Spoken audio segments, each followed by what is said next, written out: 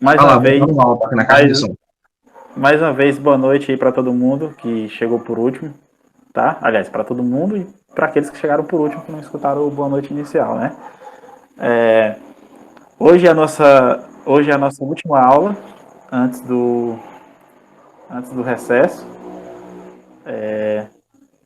E daí é uma aula com conteúdo novo, certo? E aí na volta do recesso, pelo menos no meu planejamento, na volta do recesso eu vou estar postando para vocês aí uma bateria de exercícios de todos esses conteúdos aí que já foram ministrados até agora, Lá vem. tá?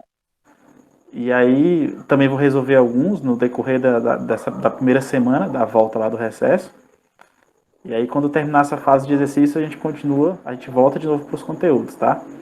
Eu estava com muita dúvida se eu deixava uma lista de exercício já agora para vocês, mas aí eu resolvi, eu optei por não deixar, por colocar conteúdo novo, deixar mais tempo nas férias aí de vocês, no recesso de vocês, para vocês estudarem à vontade, sem aquela pressão de exercício por enquanto.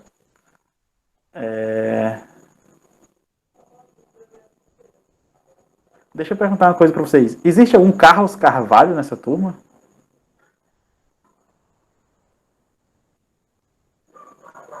Tem sim, professor. Ah, beleza. Então, quando ele pedir para entrar de novo, vai adicionar. Porque como é um nome meio estranho, eu fiquei meio na dúvida. Mas a próxima vez que ele pedir para entrar, eu vou adicionar aqui. Tá, gente? Então, nesse primeiro momento, que eu estava falando para vocês, era o planejamento da nossa disciplina, tá? Porque às vezes você deve estar pensando, poxa, o professor está passando muito conteúdo e até agora não passou atividade para a gente. Então, a tarefa de vocês vai ser o quê? Vai ser vocês reverem tudo que está sendo postado aí, de vídeo, e também estudarem independentemente, entendeu? Tipo, tentar avançar no conteúdo por vocês mesmos. Tá? E aí anotando as dúvidas, anotando as curiosidades, para a gente compartilhar aqui dos nossos momentos. Então a atividade de vocês, a tarefa de vocês durante esse recesso vai ser isso. É óbvio que recesso é época de descanso, né? Mas também no comecinho de janeiro, enquanto não começar as aulas, já é época de estudar, de trabalhar, né? Então esse é o planejamento. A outra coisa, deixa eu ver se eu consigo abrir a câmera aqui, mas sempre dá problema. A outra coisa que eu queria falar com vocês é em relação aos materiais que foram postados durante essa semana passada e o começo dessa semana, tá? São materiais, foram vídeos e slides. Para quem assistiu, eu queria dedicar esse primeiro momento aqui da aula, essa nossa primeira conversa, para alguma dúvida, se ficou, para quem assistiu, para quem viu os slides, se ficou alguma dúvida, principalmente na parte de estabilidade nuclear e na parte de famílias ou séries radioativas, para quem assistiu, para quem já viu esse conteúdo. E aí eu queria deixar esse primeiro momento aqui aberto para a gente discutir, se tiver ficado alguma dúvida.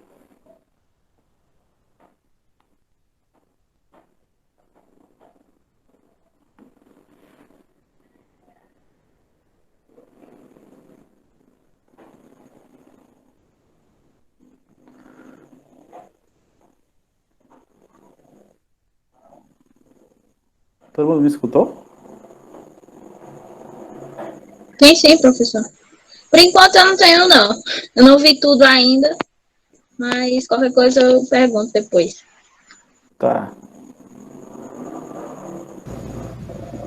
Ô, pessoal, vocês estão me ouvindo? Boa noite. Sim, pode falar. Vocês tiveram problema em ver o vídeo? Porque em minha aqui tá dando erro. Tava aparecendo um erro, não tava conseguindo ver o vídeo não, essa semana. Eu acho que é algum problema no meu computador. Eu tô tentando... Eu consegui tudo, né? É que eu sabe, aí às vezes acontece algum plugin aqui que não tá instalado ou alguma atualização e fica dando erro. Né? William, fala que vídeo, que aula específica, se é a 5, se é a 4? Não, era as duas, são os vídeos do YouTube mesmo que eu não tô conseguindo Ah, visualizar. sim, entendi. Eu acho que é algum problema no software aqui, eu vou atualizar. Pra ver se eu consigo. Mas eu li só o texto lá, tá sobre partículas. A mim passou o vídeo do YouTube, tranquilo lá. Ah, então deve ser algum problema mesmo no YouTube.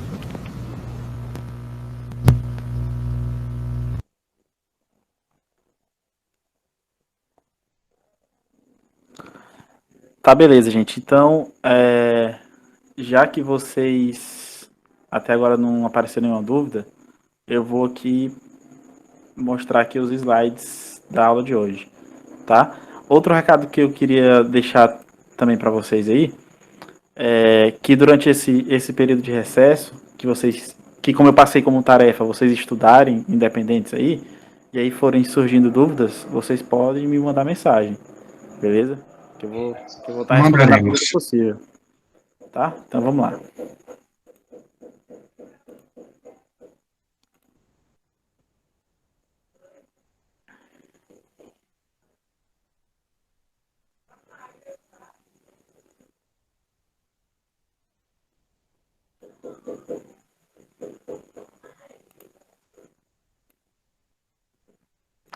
Todo mundo enxergando o slide aí, né? Sim, querido professor. Rapaz, esse microfone da Manoel é bom, viu? Depois manda uma referência aí que eu vou comprar um. É o fone, é o microfone do computador mesmo, eu tô sem o fone. Ah, porra, o bicho é bom. Aqui É porque capucha. gosta de gritar, professor. É doido. Olha quem fala. Me dá Então, cada vamos lá. grito, professor, se eu soubesse. Então vamos lá, gente. Vamos lá. Aqui a nossa aula 6, beleza? De Química Nuclear. Essa aula ela vai ser uma mistura. Uma mistura que eu vou falar ainda um pouco de estabilidade nuclear, tá? Em complemento em relação aos vídeos que foram postados. E alguns conceitos aí sobre elementos radioativos, sobre radioisótopos, beleza? Então nessa primeira parte aqui, ó, é só para ratificar o conteúdo do vídeo que foi postado sobre padrão de estabilidade nuclear, tá? Que tem eu falei para vocês, geralmente a gente é plotado um gráfico, né? Um gráfico na qual a gente tem o número de nêutrons e o número de prótons, porque a estabilidade nuclear ela está intimamente relacionada com essa quantidade com a quantidade de nucleons, né? Que são os prótons e nêutrons. E aí é construído um gráfico mostrando essa relação entre nêutrons e prótons. E aí, dentro desse gráfico, é mostrado a região em que acontecem as combinações nêutron-prótons que dão origem a núcleos com estabilidades. E aí, no vídeo lá que eu postei, eu falei que essa região é chamada de cinturão de estabilidade, ou faixa de estabilidade, ou mar de estabilidade, tudo tem essas denominações. E aí, fora dessa região, que eu vou marcar aqui agora para vocês, ó, fora dessa região aqui, ó, que eu estou marcando em vermelho, que na verdade já está marcado aqui no próprio gráfico, ó, fora dessa região, tá? A gente tem regiões de instabilidades, beleza? Regiões de instabilidades. A gente tem que ter cuidado para não confundir, tá? Com estabilidade com instabilidade, beleza? Então, fora dessa região, desse cinturão de estabilidade, temos as instabilidades, tá? Então, lembrando, como que é construído esse gráfico? Esse gráfico é sempre construído através de um par ordenado, né, como se fosse um gráfico de função de primeiro grau, xy, na qual tem o número de nêutrons e número de prótons, tá? Número de nêutrons no eixo y, número de prótons no eixo x, tá? E aí a gente faz toda aquela distribuição dos elementos. Lá no vídeo, eu mostrei para vocês que geralmente, juntamente com essa região de estabilidade, é plotado também uma reta na qual a gente tem a razão nêutron-próton de 1 para 1. Tá? Então, é plotado também aquela região em que o número de prótons e o número de nêutrons dividido pelo número de prótons é igual a 1, ou seja, aquela região de 1 para 1. Essa linha reta aqui em preto, ó, beleza? Aí alguém fala assim, professor, mas lá naquela aula inicial, o senhor falou que a razão de nêutrons para prótons tinha que ser 1. Né? Foi aula síncrona, eu nem lembro, ou foi um vídeo que foi postado depois. Eu falei que a divisão... A aula síncrona também. Tá, então eu falei que a divisão de nêutrons por prótons tinha que ser igual a 1. Porém, para átomos relativamente leves, com Z menor do que 20. Então essa reta, ela vai ficar dentro do cinturão de estabilidade quando eu tiver um Z menor do que 20, ó, nessa região que eu estou marcando aqui. Ó. Então a reta vai estar dentro da faixa de estabilidade, do cinturão de estabilidade. Quando eu saio do Z igual a 20, quando eu vou para o Z maior do que 20, aí a reta, que é o número de prótons e número de nêutrons, a razão entre eles sendo 1, essa reta já sai do cinturão de estabilidade. Isso quer dizer o quê? Que para átomos mais pesados, a razão não é mais de 1 para 1, de nêutron para próton, a razão é diferente. Beleza? Então essa razão de número de nêutrons e número de prótons, a razão de 1 para 1, ela só é verdadeira para átomos leves. Aliás, ela só vai me indicar uma instabilidade para átomos leves, beleza? Então vamos lá. Se eu tiver um átomo com Z menor do que 20 e a razão neutro-próton for 1 para 1, possivelmente esse átomo vai estar dentro da região de estabilidade, beleza? Agora, se eu tiver um átomo mais pesado, lá na casa do número atômico 80, e ele, digamos, seu número de nêutrons também é 80, aí eu faço número de nêutrons por número atômico, 80 dividido por 80 vai dar 1. A razão deu 1 para 1. Só que ele já está na faixa de átomos pesados. E átomos pesados, a relação entre nêutrons e prótons não é mais 1 para 1. A relação geralmente já é maior, tá? Então, essa faixa de estabilidade, ela dá essas indicações para a gente, tá? Das regiões de estabilidade que acontecem aqui nos elementos aqui que pertencem os elementos que compõem a nossa tabela periódica, tá? Beleza. Aí outra coisa que a gente precisa ter conhecimento em relação a esse gráfico, além de saber interpretá-lo, é saber o que acontece quando um elemento, um radioisótopo, estiver fora da faixa de estabilidade. O que ele tem que fazer para ele entrar na faixa de estabilidade?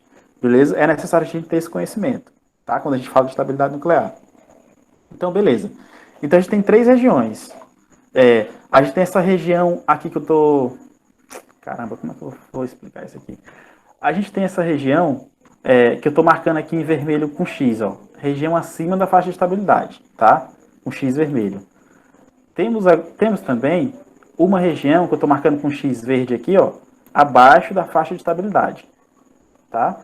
E temos uma região que eu vou marcar aqui com uma caneta lilás, que está também acima da minha curva, da minha faixa de estabilidade. Então a gente tem 3 regiões distintas, beleza? Então a gente precisa trabalhar com essas 3 regiões e saber identificar o que os elementos nessas 3 regiões precisam fazer para entrar na faixa de estabilidade, tá? Então é preciso a gente ter esse conhecimento, tá?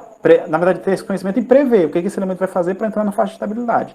É mais ou menos a nossa missão aqui é meio que prever o que vai acontecer para ele entrar, tá? Porque, vamos lá, eu identifico um elemento, sei que ele não está na faixa de estabilidade, e aí eu falo, poxa, esse elemento aí não é instável. Mas o que ele vai ter que fazer para se tornar instável? Ele vai ter que emitir algum tipo de partícula. Mas que partícula? Não sei. Então é isso que a gente vai tentar interpretar aqui agora. Beleza? E aí a primeira região que a gente estuda, geralmente, é essa região que eu marquei com X em lilás, que é a região lá acima da faixa de estabilidade. Tá? Ou seja, são regiões em que eu tenho o número de nêutrons alto e eu tenho o número de prótons alto, ou seja, meu número atômico já é maior do que 83, ou maior do que 82, que é aquele nosso número mágico que reflete a estabilidade.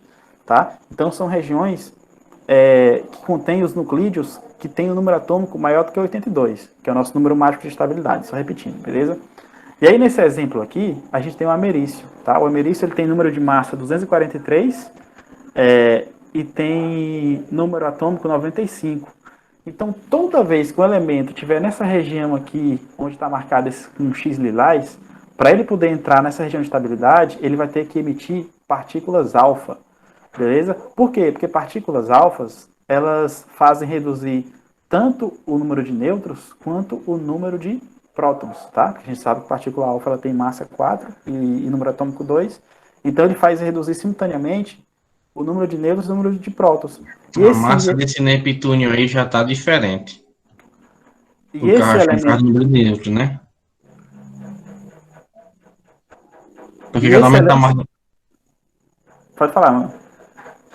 Não, eu tô dizendo, o Neptúnio já está aparecendo com número de massa diferente, vai ser por causa dos números de nêutrons mesmo, porque geralmente aparece como 237 a massa dele. Sim.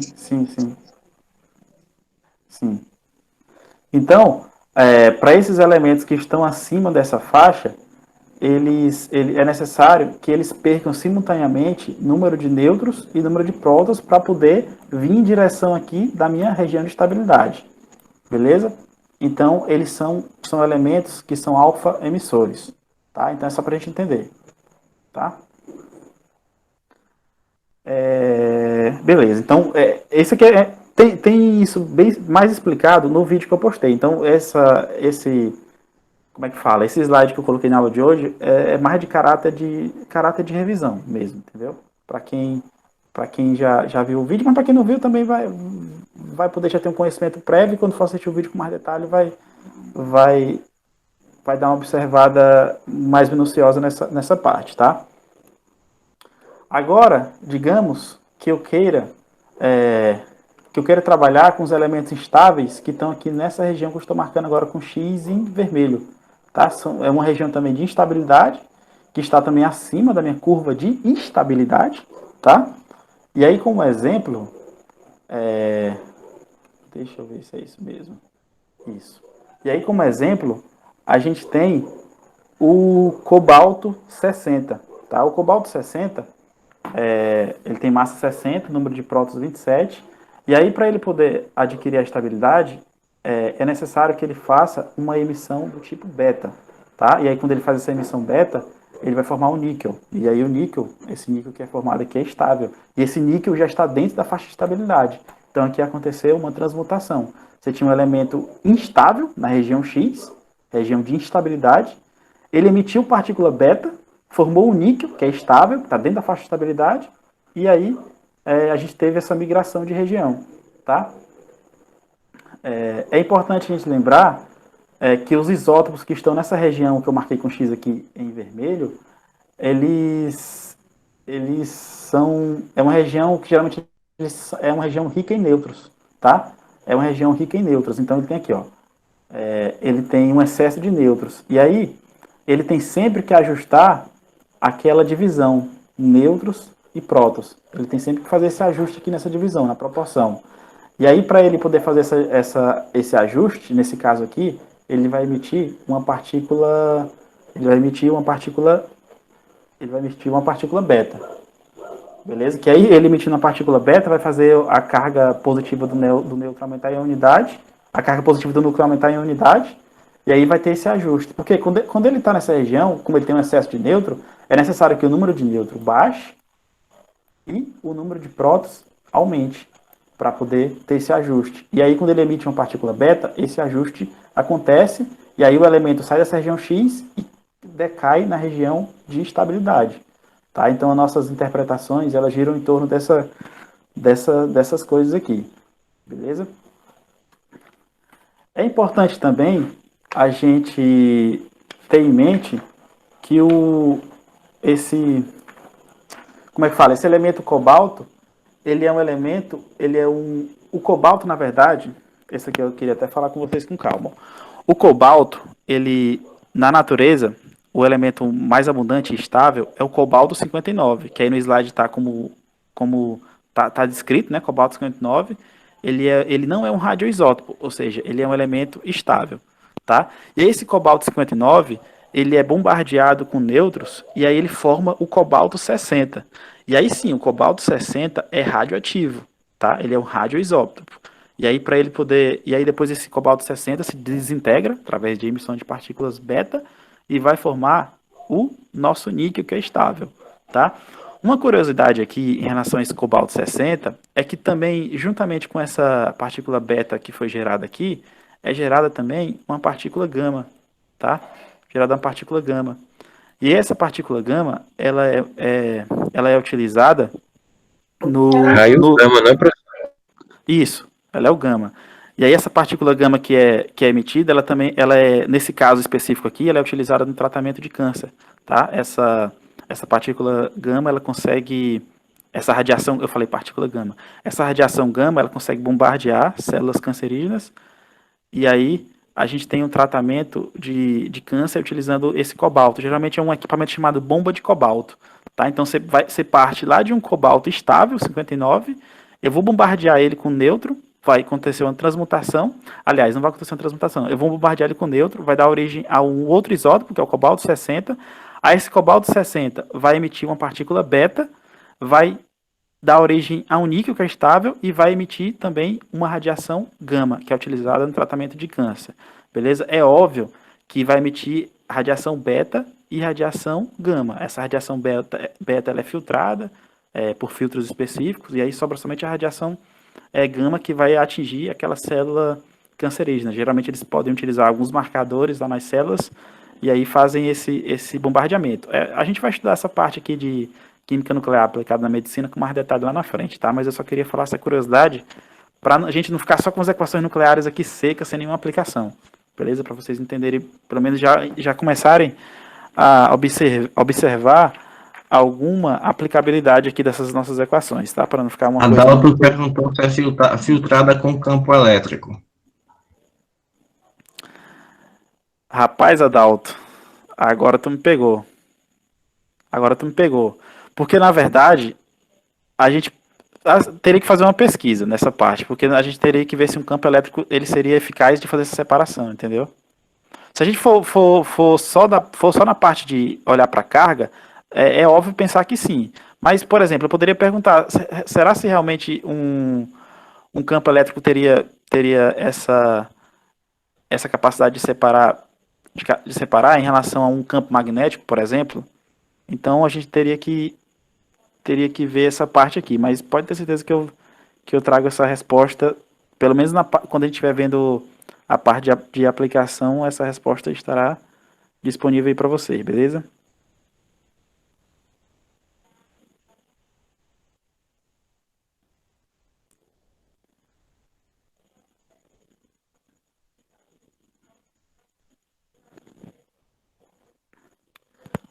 Todo mundo conseguiu entender essa parte aqui, gente? Tá tranquilo? Sim. Beleza. Tá. E aí a última região que falta para a gente abordar é essa região abaixo da faixa de estabilidade, que é essa região agora que eu estou marcando com X vermelho, só que no caso está abaixo da faixa de estabilidade, né? E aí, como exemplo, a gente tem esse níquel, tá? O níquel 13, tá? Níquel 13 não, tá errado, gente, que é um nitrogênio, tá? Esqueçam esse I aqui, foi adicionado a mais. Então, aqui a gente tem o nitrogênio 13. E aí, os elementos que estão abaixo da faixa de estabilidade, para eles poderem adquirir a estabilidade, eles vão precisar de duas coisas fundamentais, que é o quê? Ou ele vai emitir um positron, ou ele vai capturar um elétron, tá? Por quê? Porque os isótopos dessa região, eles são pobres em nêutrons. Enquanto lá da região de cima são ricos em nêutrons, eles da região aqui de baixo, eles são pobres, tá? E aí, para eles poderem aumentar essa quantidade de nêutrons em detrimento à diminuição do número de prótons, eles precisam ou liberar um positron, que aí ele está liberando uma carga positiva, né? E aí vai ter um ajuste lá na relação nêutron-prótons, ou ele captura um elétron para poder neutralizar a carga positiva que também está em excesso. Então, essa região aqui... Pera. Explica de novo aí, por gentileza. Porque é o seguinte, ó, essa região aqui, abaixo da faixa de estabilidade, que está marcado com X ali no slide de vocês, é uma região pobre em nêutrons. Beleza? Então, para ele fazer o ajuste lá da relação entre nêutrons e prótons, ele precisa o quê? Ele precisa aumentar o número de nêutrons e diminuir o número de prótons, tá?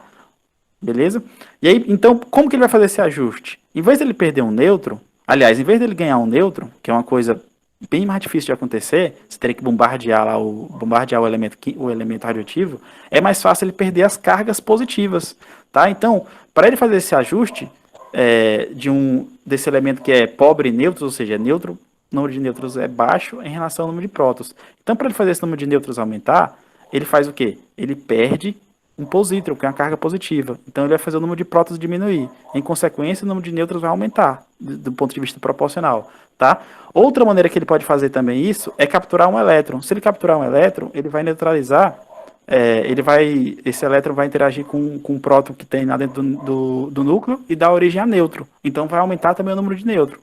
E aí, os átomos que estão nessa região que eu estou marcando em X, eles aumentando esse número de nêutrons e estabelecendo a relação entre nêutrons e prótons, eles vão entrar aqui na faixa de estabilidade, tá?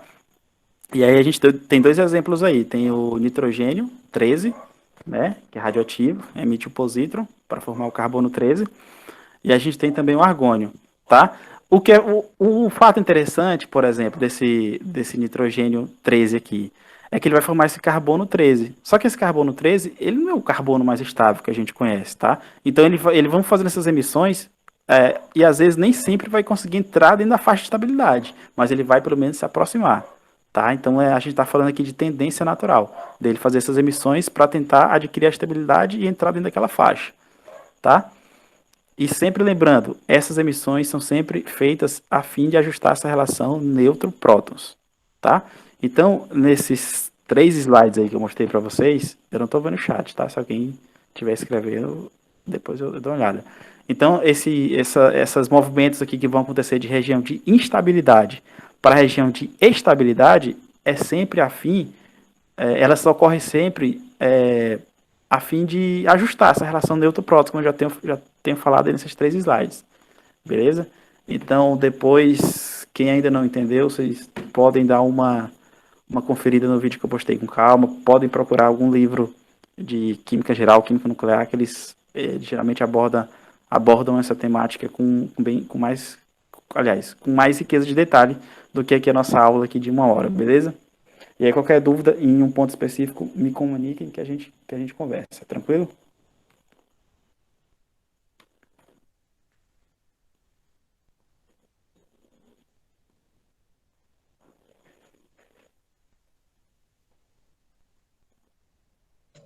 Tu tá esperando a gente confirmar, é?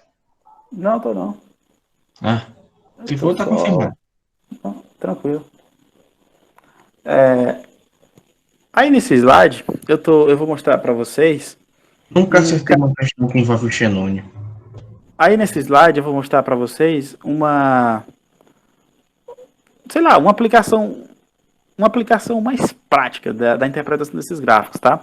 A gente vai trabalhar com o isótopo do xenônio, o xenônio 118, tá? A gente sabe que o xenônio, o gás nobre mesmo da tabela periódica, o natural, o que a gente encontra em mais abundância, ele é o 131, se não estiver enganado. E aqui a gente está trabalhando com o isótopo dele, o 118, tá? Esse xenônio... Como é? É o 181 mesmo. Tá. Esse xenônio, como ele aqui embaixo no subscrito, ó, aqui é o Z, né? Z é o quê? Número de prótons. Então ele tem 54 prótons, beleza? Quando eu faço número de massa menos o número atômico, vai me fornecer o número de nêutrons. Então essa subtração vai me fornecer 64 nêutrons, beleza? E aí quando a gente trabalha lá com as relações, lá no vídeo eu falei que dentro da faixa de estabilidade a gente tem a relação nêutron-próton variável, tá? Para átomos leves, a relação nêutron-próton é 1, né? 1 para 1. Aí depois ela vai aumentando, 125, 1.4, 1.5 para átomos mais pesados, tá? Essa relação ela vai aumentando. Por que ela aumenta? Porque o número de nêutrons ele sempre vai aumentando, tá? Então, para átomos mais pesados, para ele poder ter estabilidade, é necessário que o número de nêutrons seja aumentado. E aí vai entrar aquela parte de força nuclear forte, toda aquela história que a gente já tinha comentado, tá? E aí o xenônio, quando eu faço uma análise, tá? Do xenônio aqui, para o caso específico que eu estou estudando, que análise é essa, professor? É a relação nêutron-prótons. Quando eu faço a razão nêutron-prótons, ou seja, eu pego 64, divido por 54, ele vai me fornecer um valor de 1.2, tá? E aí quando eu lanço aqui no gráfico, ó, o 54, meio que aproximado, o 54 prótons, que é o número o 54 número de prótons, e o 64, que é o número atômico, na região ali mais ou menos aproximado, você vai perceber que o xenônio está de fato fora da faixa de estabilidade, tá? Por quê? Porque essa razão, a razão nêutrons versus número atômico para ele, para essa faixa de número atômico dele aqui, já está próximo de 1.4, tá? Que é essa razão que eu estou marcando aqui, ó. Para átomos com essa magnitude de número atômico, na faixa de 50, a razão não é 1 para 1 nem 1 para 2, a razão lá já é 1 para 4, e aqui ela está 1 para 2, ou seja, está abaixo, tá? Então o que ele vai ter que fazer para adquirir a estabilidade? Vai ter que fazer duas coisas. Ou ele perde um positron, que é o que a gente tinha falado anteriormente, ou ele vai capturar um elétron, tá? Para ele poder entrar dentro da faixa de estabilidade, beleza?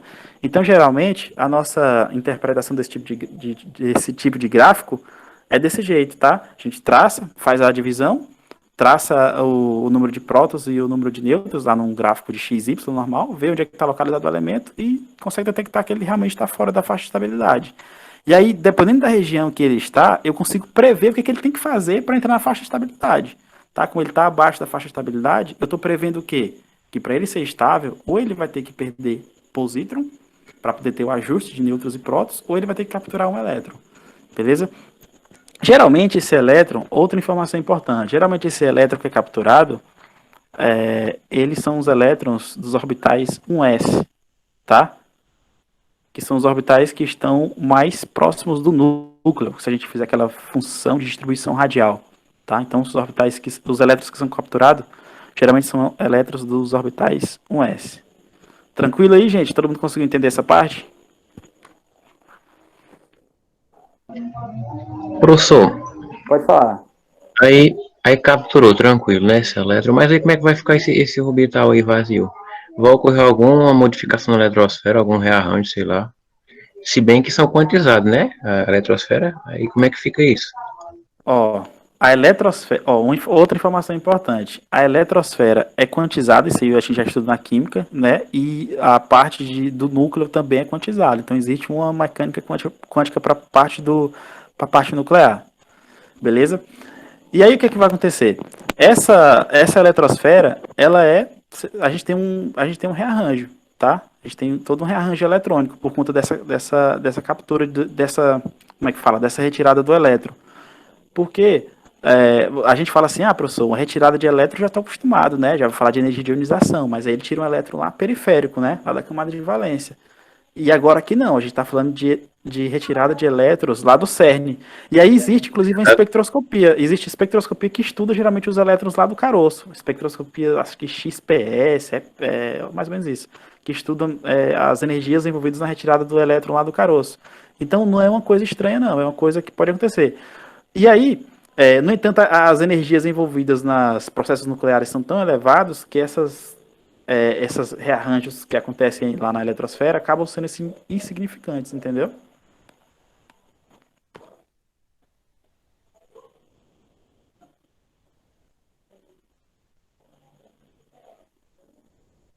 Deu para escutar aí, Adalto? O professor falou que geralmente é do S, né? Isso. Teria não, tem dois preenchendo. Mas se capturou, mas como é que vai ficar esse elétron, esse orbital apenas com um? É isso? Não, ele não vai ficar com um, a gente vai ter um Rearranjo, rearranjo, né? a gente vai ter um rearranjo, tá? Entendi. Mas o que eu te falei, só que aí, do ponto de vista energético, vai ser uma coisa tão sutil, se a gente comparar com as coisas que estão acontecendo no núcleo, que aí esse rearranjo, esse rearranjo vai passar quase que despercebido do ponto de vista energético, mas é óbvio que vai ter que ter, entendeu? Entendi. E mais uma curiosidade, existe, como eu tinha falado para vocês, existe espectroscopia que estuda essas transições eletrônicas lá do CERN, lá do caroço, tá? Depois eu posso até dar uma confirmada se tem alguma coisa interessante para a gente ver. Espectroscopia XPS, tá? Ela consegue, uma espectroscopia que utiliza, no caso, um laser bastante energético para arrancar elétrons lá do caroço, tá? E aí existe também isso, tá? Então é uma coisa meio que relacionada com o que a gente está falando aqui, tá?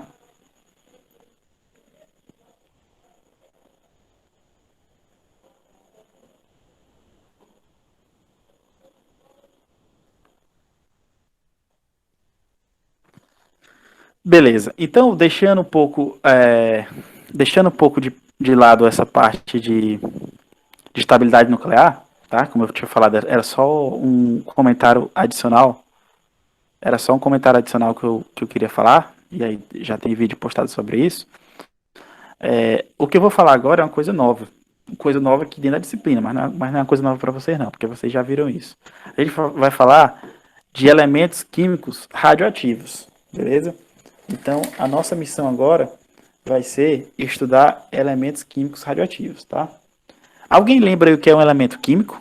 Ó, já dando spoiler no slide aqui. Alguém lembra aí o que é um elemento químico? Rapaz, é um conjunto de átomos caracterizado pelo número atômico. Isso. Elemento químico é um conjunto de átomos de mesmo número atômico ou caracterizado pelo número atômico. Beleza? Então a gente já tem um conhecimento de elemento químico, tá? A gente já sabe o que é elemento químico. Beleza?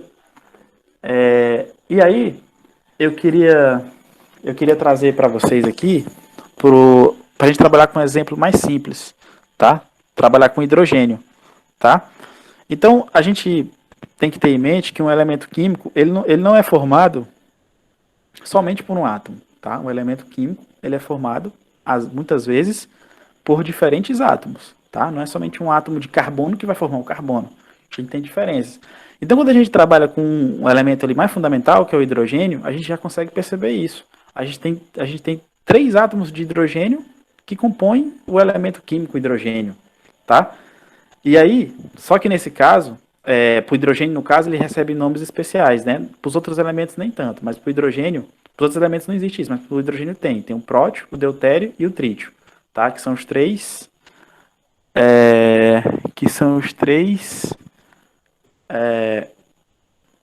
são os 3 átomos que compõem o elemento químico hidrogênio. E aí eles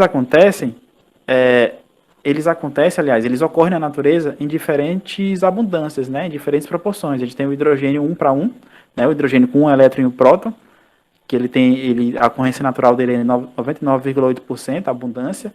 A gente tem o deutério com uma proporção muito menor, extremamente menor, e tem o trítio, que ocorre apenas com traços, ou seja, quantidades insignificantes, tá? Então, a gente tem essa ideia inicial aí de elemento químico, beleza?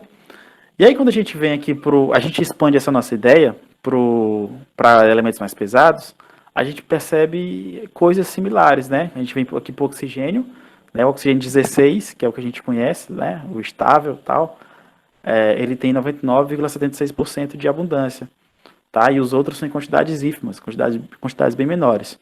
E aí, quando descemos lá para o urânio, a gente também percebe essa característica interessante, que são as diferentes proporções de ocorrência do urânio, sendo que o urânio 238 é o que acontece em maior proporção. E aí, a partir de todo esse nosso conhecimento, a partir de toda essa nossa abordagem, a partir de toda essa nossa abordagem, a gente vai chegar no conceito de elemento radioativo. Então, o elemento químico a gente já sabe o que é, já foi comentado aqui no início aí, pelo Adalto, inclusive. E agora a gente chega no conceito de elemento radioativo. O elemento radioativo é o elemento cujo isótopo constituinte é o mais abundante. Aliás, caraca, eu li tudo errado. O elemento radioativo é o elemento cujo isótopo constituinte mais abundante é o radioativo. Beleza? Então vamos lá. Vamos para o urânio. O urânio, por que ele é um elemento radioativo? Porque o isótopo mais abundante dele é radioativo. E aí alguém vai falar, professor, mas o urânio 234, 235 também é radioativo? Claro que é, tá? Então, sempre que você tiver o elemento químico com a maior abundância e ele for um elemento radioativo, a gente vai classificá-lo como elemento radioativo ou radioisótopo. Alguém fala, professor, o oxigênio é radioativo? Não. Por quê? Porque o elemento dele que tem maior abundância, ele não é radioativo, que é o oxigênio 16.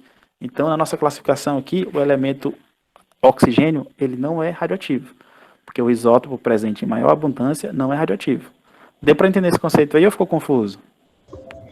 Parece uma definição meio redundante, mas tá certo, entendi. Beleza, todo mundo aí? Tranquilo, professor. Tá. E aí, a gente chega nesse esqueminha, tá?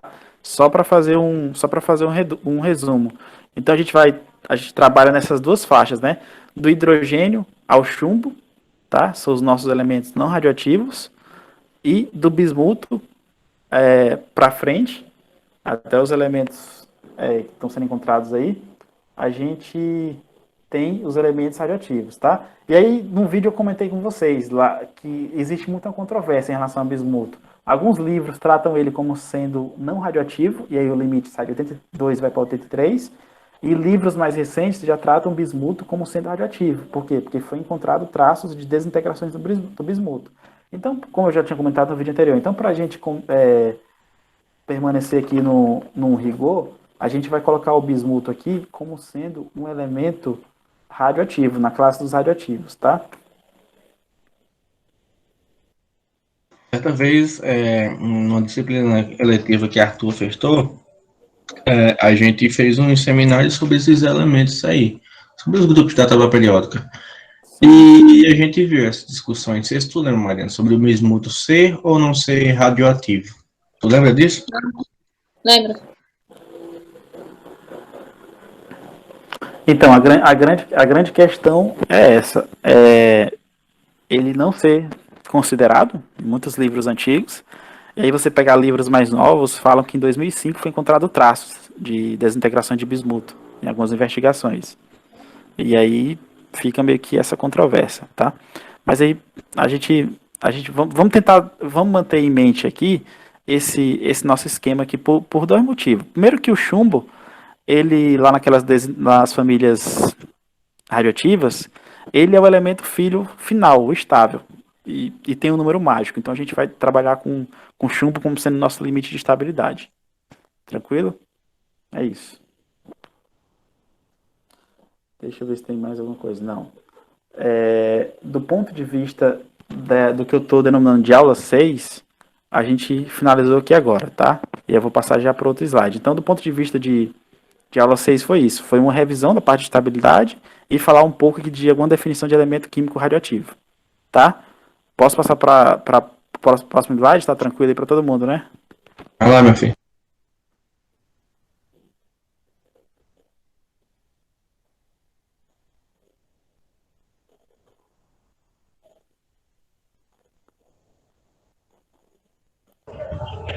Podia ter mantido as alterações e enviado o slide para a gente com as alterações. Anotações. Qual slide? É porque tu apagou as anotações do slide. Se tu puder manter as alterações e salvar uma cópia e enviar para a gente com as anotações, é bom também. Tá. Beleza. Tá, então aqui é a nossa aula 7 já, tá? Nessa aula 7, nós iremos falar da parte de radioatividade artificial, tá? Que é a parte de transmutação. Beleza? Vamos falar um pouquinho sobre isso. E aí, aproveitando o tempo, eu já vou deixar aqui de prontidão que a gente vai fazer, tá? Nessa parte aqui, que no caso é a nossa última aula, vou falar de transmutação, tal, o último conteúdo, dessa parte mais inicial. E aí quando a gente voltar, que eu já tinha falado lá dos exercícios, as questões, e aí quando a gente voltar em relação ao conteúdo novo, a gente vai trabalhar a parte de energia, que é a parte muito interessante pra gente, e vamos trabalhar a parte de cinética, tá? Para aí depois finalizar e depois entrar lá nas aplicações, que eu já tinha falado para vocês que a gente ia ver, tá? Então, do ponto de vista de conteúdo novo que vai surgir depois aí pra gente vai ser energia, tá? E cinética. Eu falei os caras da física. Os pesquisadores da física, os estudantes da física, a abordagem deles aqui nessa parte é bastante diferente da nossa. Por quê? Porque geralmente eles vão trabalhar lá na frente com energia também e vão trabalhar com potencial. Tá? Então vai ter aquelas curvas de potencial que é gerado pelo núcleo. Então vai ter aquelas curvas de energia potencial, todas aquelas ideias de poço potencial, potencial quadrado, potencial não sei lá de quê, toda aquela distribuição. Então a abordagem do físico ela é bastante diferente quando chega na parte de interações e na parte de energia. Tá? Já a gente químico não, a gente é mais pragmático, a gente já quer saber mais a energia envolvida ali naquele processo e pronto. Tá? Mas vou deixar essa discussão de energia lá para frente, beleza? Então hoje a gente vai falar aqui de radioatividade artificial, tá? Então do nosso conceito de transmutação nuclear, tá? Essa parte de radioatividade artificial, transmutação nuclear, ela foi iniciada por Rutherford, ali no ano de 1919, quando ele estava fazendo lá os experimentos dele lá com as lâminas de ouro, bombardeamento de lâminas de ouro, né? Que a gente já conhece lá, que deu origem ao modelo atômico, toda aquela história. E aí vocês imaginam o seguinte, se a química nuclear ela fosse restrita somente aos elementos radioativos de ocorrência natural. A gente consegue perceber que esses elementos ditos naturais, a quantidade em que eles existem é uma quantidade bastante pequena. Tá? E aí o ramo da química nuclear ia ficar bastante restrito por essa pouca quantidade. Tá? Se existisse somente os elementos que emitem espontaneamente, tá? Que ocorre radioatividade natural. Então, o cara que estudou isso inicialmente aí foi Rutherford. Aliás, que estudou não, vários estudaram, mas o Rutherford foi o cara que fez a descoberta importante na época. E que foi gerar radioatividade de maneira artificial. E essa geração de radioatividade artificialmente abriu um vasto campo dentro da química, tá? abriu um vasto campo dentro da química, que foi a geração de elementos radioativos artificiais, tá? E aí esse número de elementos só foi crescendo até os dias de hoje, tá? E dentro desse estudo de Rutherford, ele conseguiu fazer um dos sonhos dos alquimistas da época, né? Que era transformar um elemento químico em outro. É uma história meio engraçada, os elementos químicos em outro, tá? E a gente vai ver isso agora, beleza? E aí surge a pergunta, como que Rutherford fez isso? Tá? Então o experimento de Rutherford, na época, foi bastante simples. Ele tinha um elemento radioativo, no caso o polônio, que é um alfa emissor, e dentro desse recipiente ele tinha nitrogênio. Tá? Então ele colocou o gás nitrogênio no mesmo recipiente que o polônio. E aí com o decorrer do tempo, ele percebeu que houve a formação do oxigênio. Depois que ocorreu esse bombardeamento de moléculas de N2, ocorreu o aparecimento do oxigênio, tá? E aí a gente vai lembrar lá do nosso conceito de transmutação, né? Que é a transformação de um elemento químico em outro, através de processos nucleares, tá? E aí o que aconteceu nessa reação aqui, nesse processo, nesse experimento, foi isso. Foram os átomos de nitrogênio foram bombardeados por partícula alfa provenientes do polônio e gerou o oxigênio 17, tá? E também gerou um próton, tá? Certo? Então foi gerado uma radioatividade, tá? Foi gerado radioatividade de maneira artificial. Então foi o Rutherford, nos primeiros experimentos, que conseguiu esse feito, tá? Que os alquimistas tanto sonhavam. É óbvio que, do ponto de vista da alquimia, eles não iriam chegar nesse... Mas ele permaneceu o oxigênio? Como foi o... Não, esse oxigênio ele não é instável. Esse oxigênio ele é instável. Então ele vai sofrer outras desintegrações até chegar no oxigênio 16. O tempo de meia vida dela é pequeno, né? Eu estou mostrando somente aqui a etapa inicial, beleza? Uhum.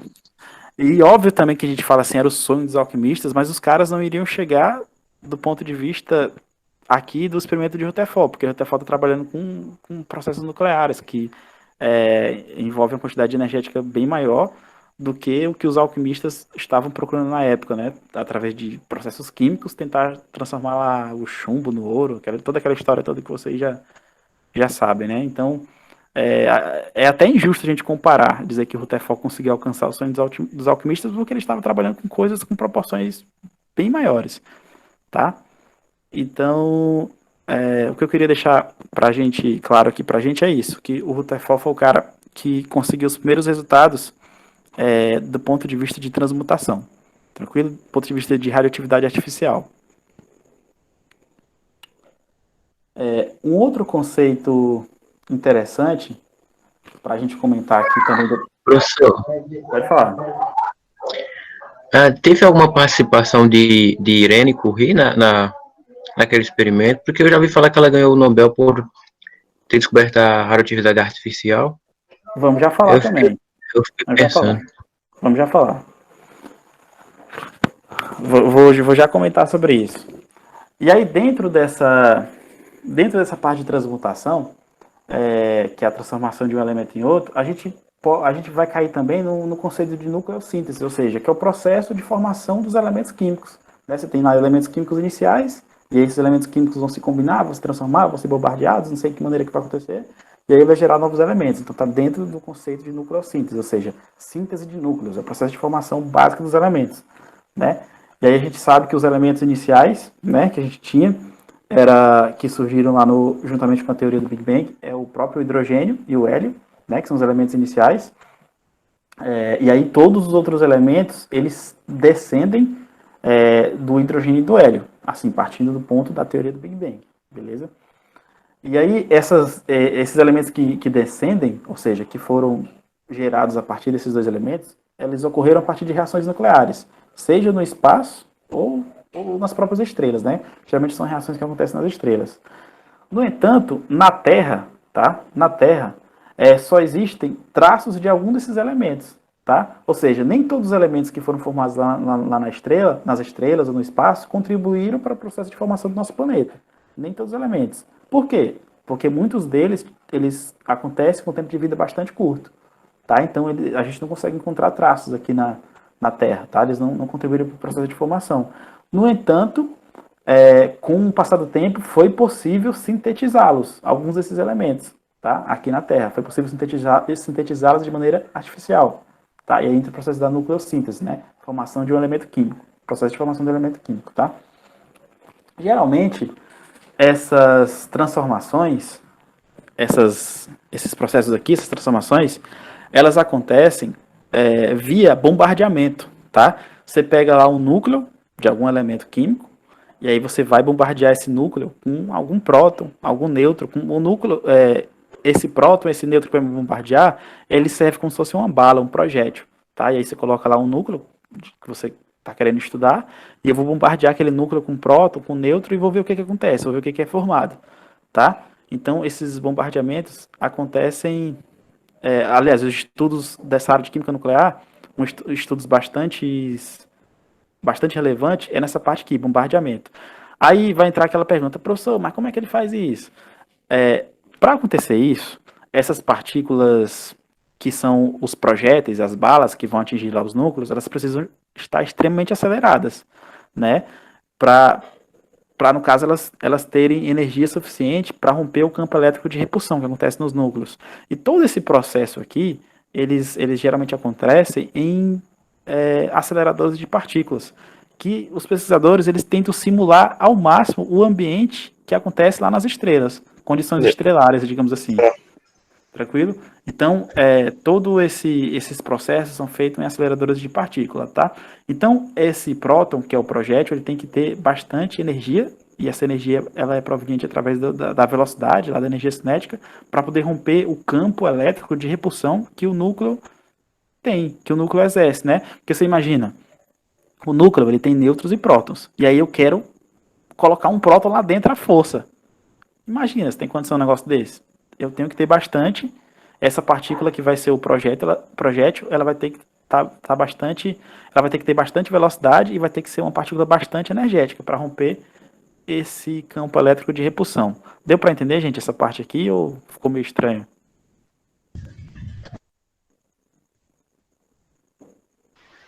Tá ótimo, professor, deu sim. Pelo menos eu entendi. Beleza, então vamos lá. Então essa é a parte de radioatividade artificial, processo de formação de elementos químicos. Então é isso, tá? E aí,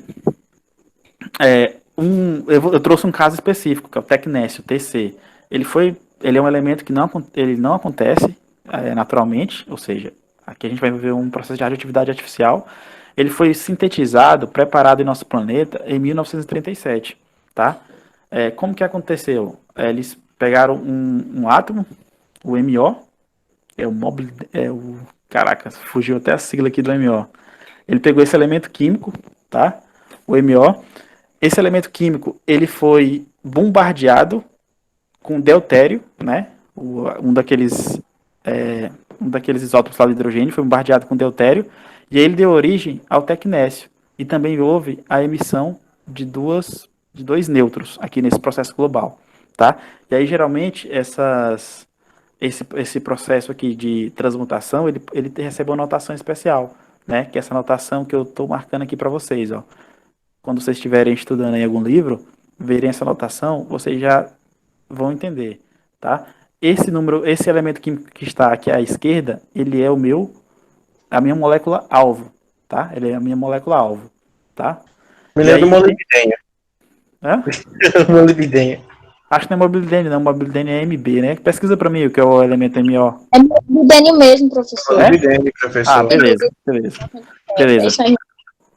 Então, aqui eu tenho o meu molibdênio, que é o produto, que é a molécula-alvo.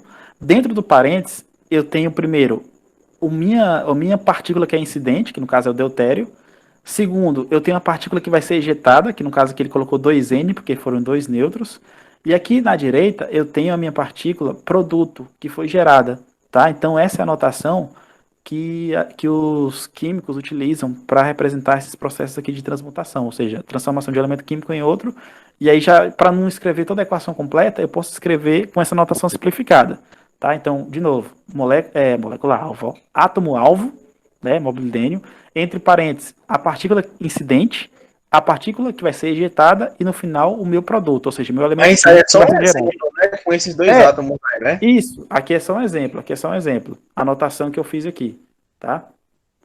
Aqui é só um exemplo. E aqui embaixo é mostrado como que monta essa anotação. Embaixo que eu estou marcando, ó, é mostrado como que monta a anotação, beleza? Beleza. Aí depois vocês podem ver aí com calma, tá?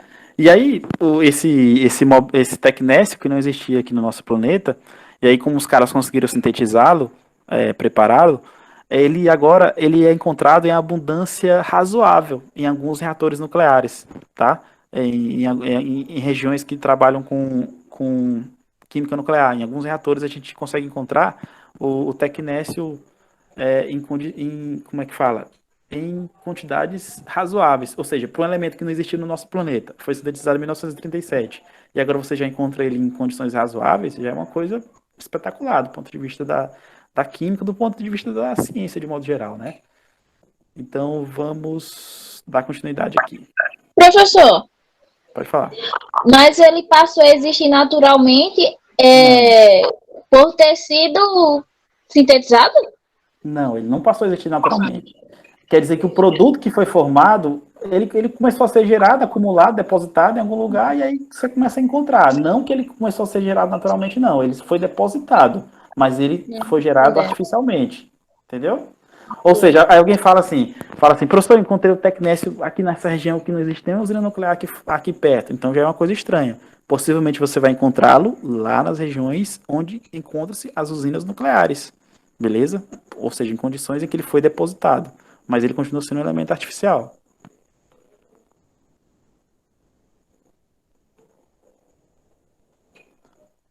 E aí, como eu já tinha falado para vocês, a maioria do... Porque, gente, ó, pra gente ser bem... Para me resumir isso para vocês, ó. O químico, no modo geral, ele trabalha lá no laboratório, tem o Becker, o Ermelayer, tem a bureta, aproveita toda aquela história toda lá no laboratório, né? Faz os experimentos, beleza. E aí, quando a gente vai para química nuclear, não. Os caras, eles trabalham com o quê? Eles trabalham com acelerador de partícula ou aqueles reatores nucleares gigantes. Então, os experimentos são feitos nesses dois equipamentos, né? Aceleradores de partícula, ou seja, você vai colocar um alvo lá, um núcleo radioativo ou um núcleo que não é radioativo, você vai acelerar uma partícula, que pode ser um próton, um nêutron, um elétron, qualquer coisa, e vai colocar ele para atingir o alvo. Então, e aí no reator nuclear é onde vai acontecer as reações. É como se fosse o Becker lá do cara do químico nuclear. Pode falar aí, Manuel.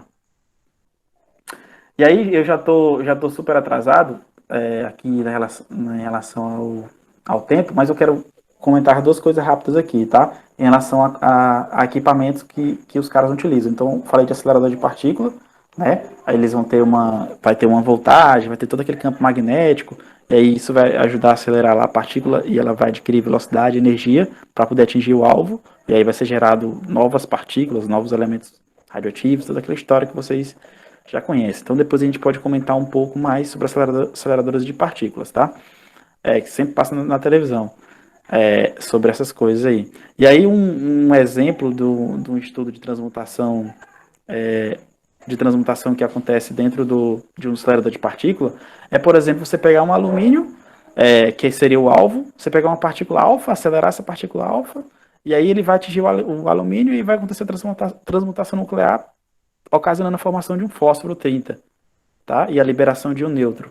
Então esses processos aqui, eles podem sim acontecer no acelerador de partícula, tá? Você coloca o alvo, acelera a partícula e tal. Só que essa reação aqui que eu coloquei específica, ela foi estudada muito antes dessa história de acelerador de partícula, pelo casal Juliot-Curie, né? Esse nome Curie já é bem familiar a vocês, né?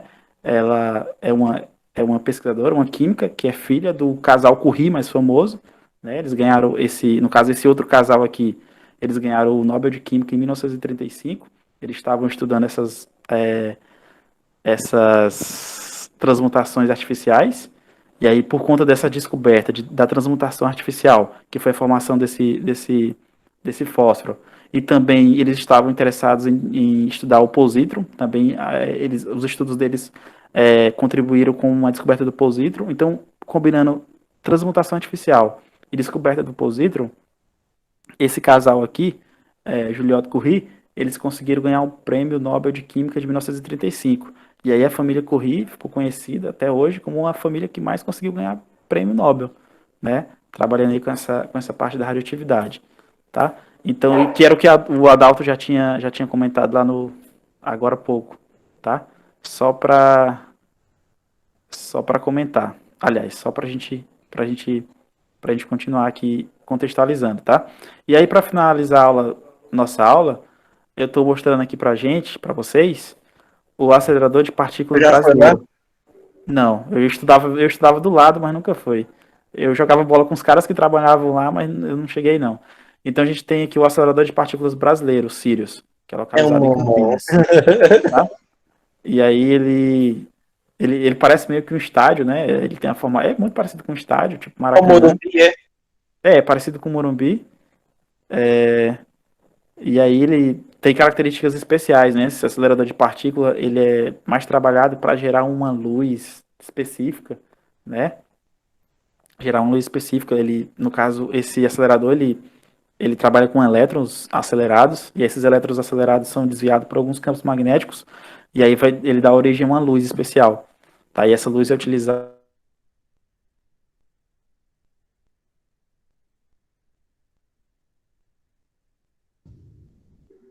Falou pra vocês aí também ou só o meu aqui que ficou mudo?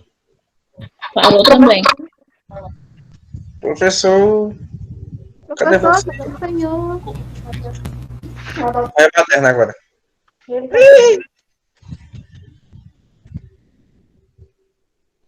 Manda mensagem Eu pra fui nós. atrás da base técnica que a Adalto pediu, só pode.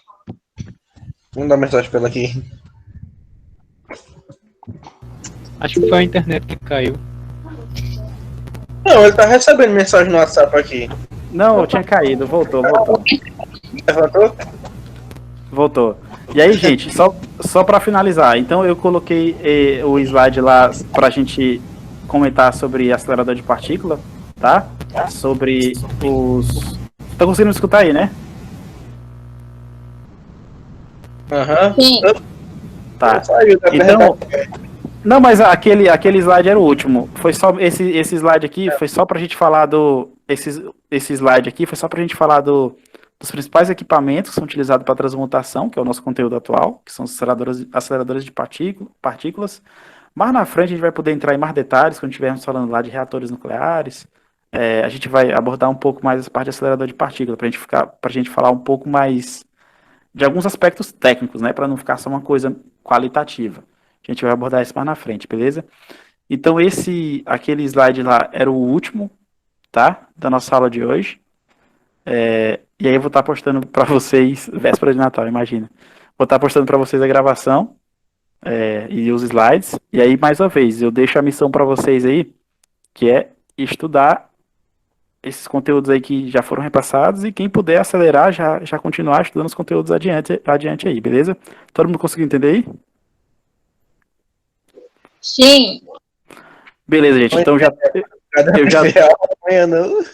eu já tô tomando a aula tomando o horário aí do próximo colega, tá? Então eu declaro a aula de hoje encerrada.